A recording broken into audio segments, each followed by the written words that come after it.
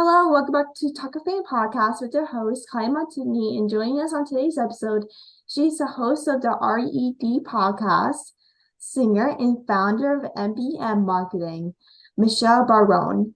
Thank you so much for joining. I'm super excited to chat with you. Thank you. I'm super excited to be here. Thanks for having me. Absolutely. So how did you kind of keep the audience kind of engaged when you're hosting, doing hosting gigs? Sure. So that's a great question. Honestly, I always like to read the person.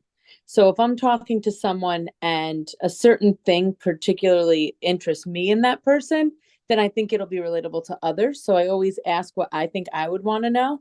I've always been a conversationalist. My parents told me that when I started talking, I never stopped. So talking comes easy to me. And I think that just being relevant, knowing what's on trend and incorporating that in what you're discussing as well is helpful. And the content creators that I interview are typically relevant. So anything that they've recently posted is a topic of relevancy and fun and interest, especially if it's viral content. So I just always look at what they're doing to kind of create the content around what I ask and what I do.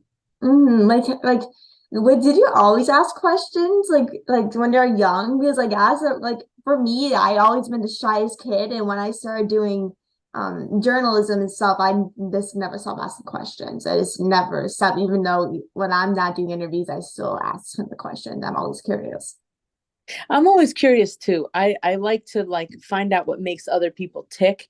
And I like to find out what other people do and how they do it. And I definitely do have an interest in others. It's beyond the podcast. When I'm off camera, sometimes I ask more questions than when I'm on.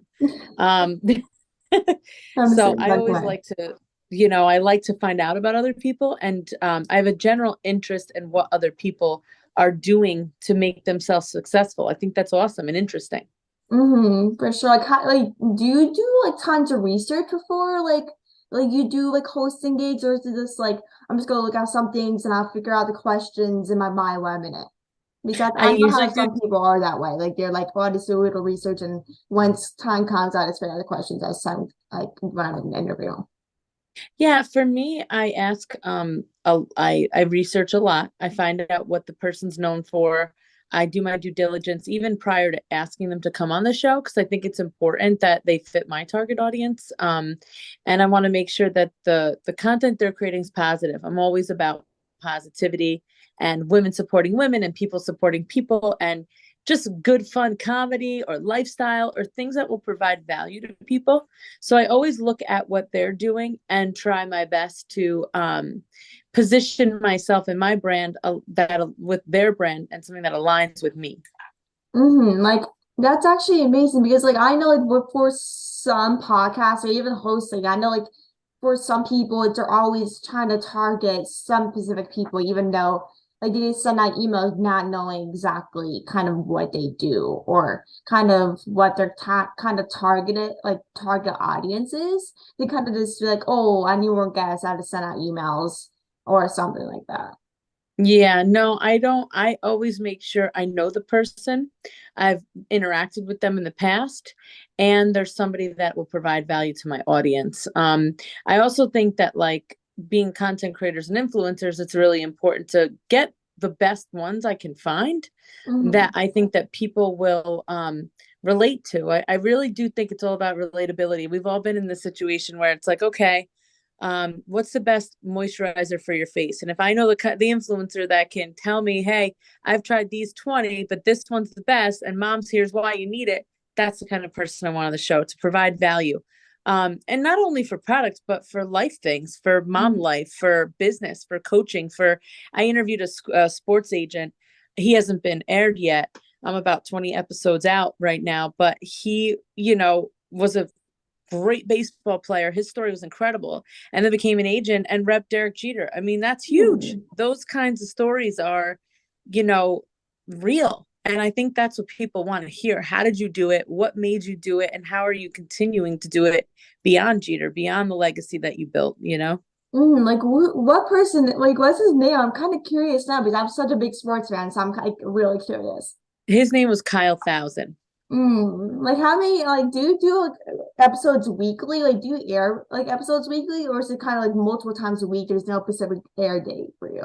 I usually do episodes on Tuesdays. I do bonus episodes sometimes during holiday seasons or peak seasons, or if there's something that I really want to get the word out about because it's relevant to my guests' content. So I'm going to be pushing a bonus episode in a couple weeks about Miami Swim Week happening in June, just so we capitalize on the timing. And I have a client and a person who is very well versed in swimwear, who has their own designs, who's going to be on that show. Ooh, that's amazing. And like with RED podcast, like you started that recently, right? Like this is kind of like a new kind of thing for you. Yeah, I started it in January or December, actually, late December. Um, it was a concept I had for about a year, and iHeartMedia of the Hudson Valley has been so great, and they've been so supportive. And they said to me, "Listen, we've been planning this for a year. Just put it out already." So I did, and it's been great, super successful. Download numbers are up and great. We are definitely looking to get out there more and connect with other influencers. This weekend, I'm going to the Creator Conference, Cheer Choice Awards, which is huge. It's like the Grammys for content creators. So I know I'll meet some really wonderful people out there that I can interview and chat with. And I'll be doing the red carpet there. And that's my favorite thing to do, is host and do big events like that and just make people feel special. And that's what I like to do when I interview, make them feel comfortable and special, and just know that they have a safe place to discuss anything that they want, and in a fun way. Like, is this like your first time there, or you've been there before? It's first time there. I've done a lot of events over the years, but not this one particularly. Ooh, like where's like is there like a whole day thing where you'd be hosting all day long? Is it kind of like, oh, this is the red carpet and because it's enjoying the event the rest of the night? So depending on the event, this particular event will be a red carpet for an hour and a half, I believe. And then after that, we'll have some interviews going on backstage to interview the winners of the awards.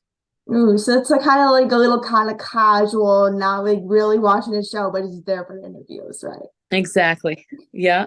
But like for your podcast, like is it part of your company MBM Marketing, or is it something kind of like something you do really individually on your own side, not kind of part of your organization?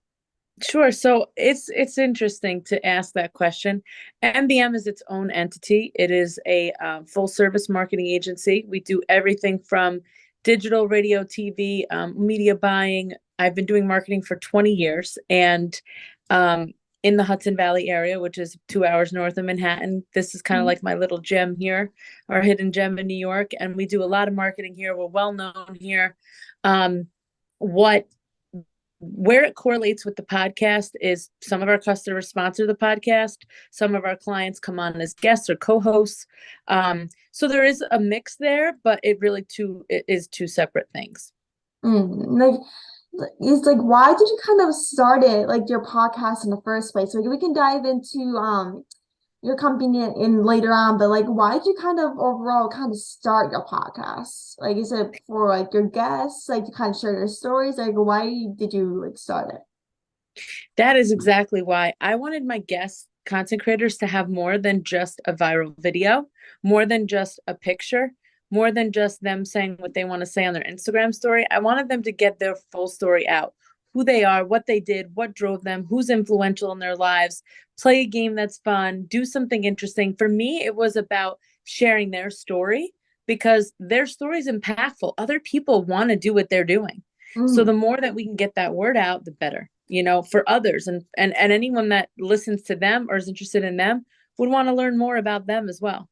Yeah, exactly. That's like the reason why I started my podcast is that like people often see people on social media not knowing kind of exactly who they are, who kind of what they do, and like oftentimes people will be like, oh my God, I want to be like them, but they don't know how. So that's like why podcasters are like a thing, because like of course we want to talk and meet them and kind of build connection to them and basically learn more about what they do, but like the audience will take out more of the person in like the episode that we're doing rather than the host, who's all like the host is doing is really interviewing them. But like obviously when guests listen to the episode, no matter if it's like 30 minutes, an hour, or 45 minutes, or however long you like to do the episodes, like they will take out more than we generally take out of. Even though we take out so much from the episode, they will take out so much, even though like they're trying to look for a career field to go, like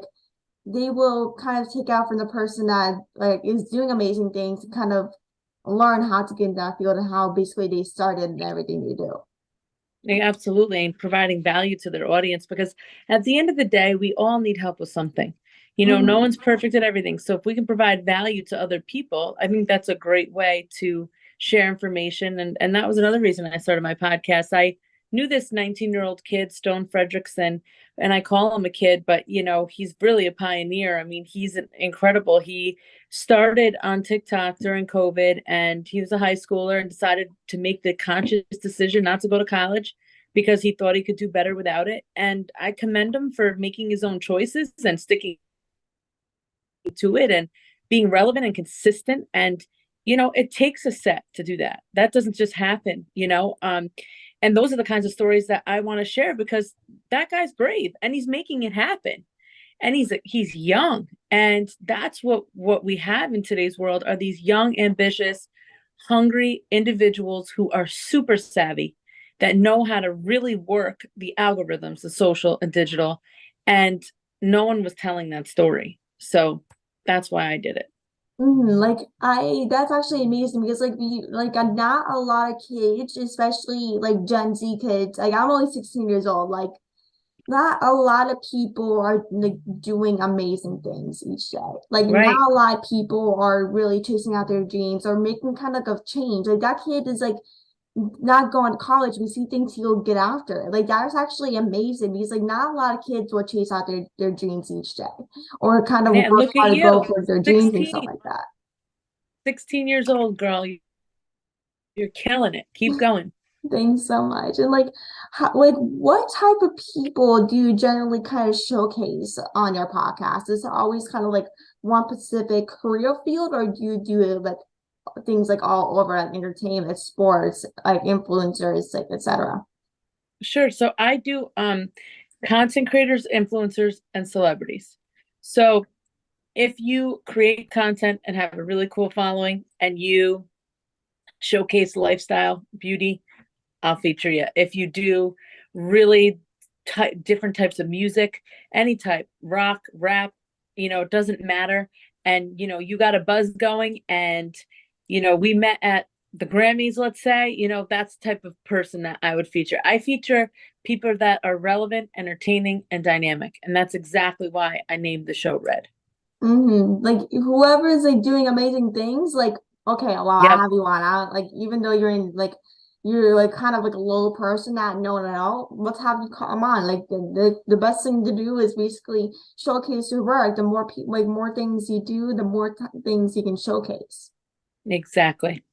And like you sing the theme song of your podcast called Find a Way. Like why did you kind of use it like Find a Way to like as a theme song for your show?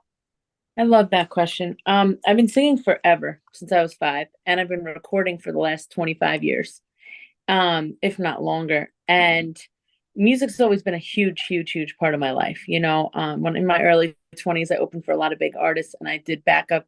I had backup dancers, artists like NEYO. I mean, I could name a ton. Winter Gordon, anyone that was popular on Top 40 radio at that time, I pretty much opened for, met, or hung out with at some point. Um, and I did it because I really, I had what it took. I love to sing. I love recording. I love performing. I had a manager who was awesome, who's passed since COVID, which is terrible. But I wanted to make sure that my message was clear, that as a content creator, as an influencer, and as an artist, you can find a way to get to what you want. And as long as you don't give up, as long as you believe in yourself, you will find a way. You'll find your people. You'll find a way. You'll find the people that will help you get there. And this show is all about believing in yourself, going viral, how you did it, why you did it, What made you successful? It's about showing your path, telling me the trials and tribulations, the challenges you had, you know, getting down on it, the boyfriends that cheated, the liars, all of that stuff. That's what this is. I want to know so that others can learn from you, make better choices, and do the best they can to create the best content they can. That's exactly right. Because like even though like people make mistakes, like sometimes horrible mistakes, like the listeners, no matter how old you are, teenagers, adult, like no matter how old you are, like they'll learn from those mistakes, even though they didn't make those mistakes. They will like really kind of learn from like what like the person has gotten in trouble for or made a mistake. Like even though the person made a mistake, it's something you can like do better in the future, no matter if like you're a teenager or what. Like there's always things to learn for, no matter if there's a mistakes or a career field or whatever it is, like you're learning from everything, even though you might know it or not, you're still learning no matter how old you are. Exactly. And I just want people to know that they can achieve their dream. I watch Steve Harvey a lot, and he's Oh a yeah. very motivational person right on TikTok. And I watch all these motivational speakers speak. And the one thing that they always say is just dream bigger than you can dream, keep imagining, be consistent, and go after it. And that's what that song is about. And that's exactly what these people do that I interview. They go after what they think is either funny, relatable, relevant, entertaining, interesting, ridiculous, whatever it is. They believe in themselves enough and have the confidence to do it. And that's why I like to feature them. And like as you mentioned a bit ago, like you performed in front of thousands of people and opened for some of the world's greatest artists back then, like NEYO, Chris Walls, TKA, and so much, name a few. Like, do you think performing for these artists has kind of gained you kind of more opportunities per se as an artist? Absolutely. I think for me, it really opened my eyes up to the world and how creative it is, and how many different people there are. Each show had a totally different audience, but had the same awesome vibe. Some shows, there's a couple thousand people there, and the place is jumping, and you're sweating, and the vibe is so good you don't want to get off stage. Some Mm-hmm. shows are more intimate, and you feel like you can connect one to one with people. Every show had their own unique story, but I think what it helped with was confidence and being the best I can be, and knowing that we're all human, everybody on stage or off, and that everyone has a goal or a purpose or a reason to be here. And it's super important for people to understand their purpose. It doesn't have to happen in a day. Take your time and figure it out. And once you do, live it. You can have it, you can own it, and don't let anybody bring you down or judge you so that you don't live your purpose. Find Mm-hmm. your way and make it happen. Like no matter like how long it takes, it might take a day, weeks, months, years. Like no matter how long it took, like it takes. I know, like for me, getting myself out there, it took like 14 years to do that. Like it literally takes so much time that like no matter how long it takes, like you will get there no matter what, even though it might take forever. Like of course I feel that way all the time in terms the goals I want to achieve or how I want to do things. It might take forever, and that's okay because like living your life and setting your goals and achieving them takes time. Like it doesn't happen overnight. Absolutely. Absolutely. It does take time. And sometimes it's not your timeline, right? It's the Hmm. universe, it's God, it's whatever you believe in. But it's definitely on someone else's time. But if you're consistent, it'll happen. For sure. Like, do you still do performing concerts and stuff now, or is it kind of like you just sit and pass and like, oh, I think I should focus on other things and performing? Right now, my day to day is a marketing business. We service a bunch of clients, medium to large businesses, and we love doing that. So I do that every day on a daily basis, as well as the podcast. And then when it comes to uh, singing, yes, I'll still perform the anthem here and there at different events. I go to the Hudson Valley Renegades a lot now, the Heritage Stadium there, and I do perform still, not as much as I used to. I used to do 5 shows a weekend. Now Mhm. I'm probably 10 or 15 a year, so much less, but music will always be a part of my life. Yes. Hmm. Like of course, like things like dynamic change as time goes on. You bring so much things and making so much content that it's like, oh, I can't make as much as I used to, you know. Exactly. And like as you kind of mentioned as time went on, you're the founder of MGM Marketing. Like, can you tell us kind of more about that and why you started it? Sure. So MBM Marketing is a full service marketing agency. Like I said, we do social, digital, radio, TV. We're kind of like an outsourced CMO, which I think is really cool. I worked for a bank for 6 years and ran their marketing department. And during that time, I found that I really wanted um, a solution for one vendor. What happened with me was I'd have a vendor for marketing, for PR, vendor for billboard, vendor for radio, a vendor for every aspect of marketing, totaling up to 76 vendors a year. I mean, it was insane. So I said, I want to be the solution so people and businesses only have one point person that can negotiate contracts, understands what it takes to get the job done, and to promote one campaign so that each outlet promotes the same thing and so that your brand has continuity in all the efforts that you put forth. So that's what I do. Um, and at MBM, and I founded it because I needed a solution. And I knew that the solution was to truly be that one resource that knew the answer for anything marketing. For sure. Do you think like with being like being kind of working in marketing before you start a company, you guys kind of helped you kind of get like your knowledge about marketing, or it's kind of like totally different kind than what you expected? Because I know like for some POS organizations, they kind of like think it's gonna be perfect, but then it's like the total opposite of what you imagine. I went to college for marketing. My sister did marketing. She did a totally different type of marketing. When I first got into it at school, I didn't even know really what it was. I just thought it was like a label on a product. I had no idea. But as I learned more and more and more, and I saw the promotional aspect, I loved it. It was totally me. I learned how to really promote different products, new venues, um, big business, take a business from a few $100 million to $1 billion, looking at the big picture, creating a strategy, marketing planning, strategic consulting. Those are the things that make me tick and that I know that can really benefit organizations.